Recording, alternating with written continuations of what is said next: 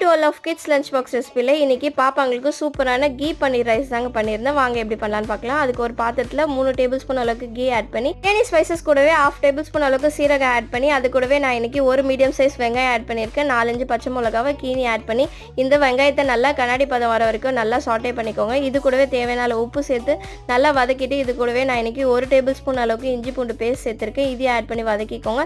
இது கூடவே பார்த்திங்கன்னா கொஞ்சமாக புதினா கொத்தமல்லி ஆட் பண்ணி அதையும் நல்லா கலந்து விட்டுட்டு, இது கூடவே ஒரு குட்டி சைஸ் தக்காளி ஆட் பண்ணியிருக்கேன். அதையும் ஆட் பண்ணி நல்லா வதக்கிட்டு, நான் இப்போ கட் பண்ணி வச்சிருக்க பன்னீரையும் அது கூடவே கொஞ்சமாக பட்டாணி எடுத்திருக்கேன். இதையும் சேர்த்து நல்லா வதக்கிக்கோங்க. வதக்கிட்டு நான் இன்னைக்கு 1 கப் அளவுக்கு பாஸ்மதி ரைஸ் எடுத்திருக்கேன். அதையுமே இது கூட சேர்த்து லைட்டாக அரிசி உடையாத அளவுக்கு லைட்டாக மிக்ஸ் பண்ணிவிட்டு, அதுக்கு 2 கப் அளவுக்கு தண்ணி ஆட் பண்ணி லைட்டாக ஒரு 10 நிமிஷம் நல்லா ஹை ஃப்ளேமில் கொதிக்க விடுங்க. தண்ணி லைட்டாக சுண்டி வந்ததும் இப்போ ஒரு 10 நிமிஷம் நல்லா தம் போட்டு இறக்குனீங்கன்னா சூப்பரான கீ பன்னீர் ரைஸ் ரெடி ஆயிடுச்சு.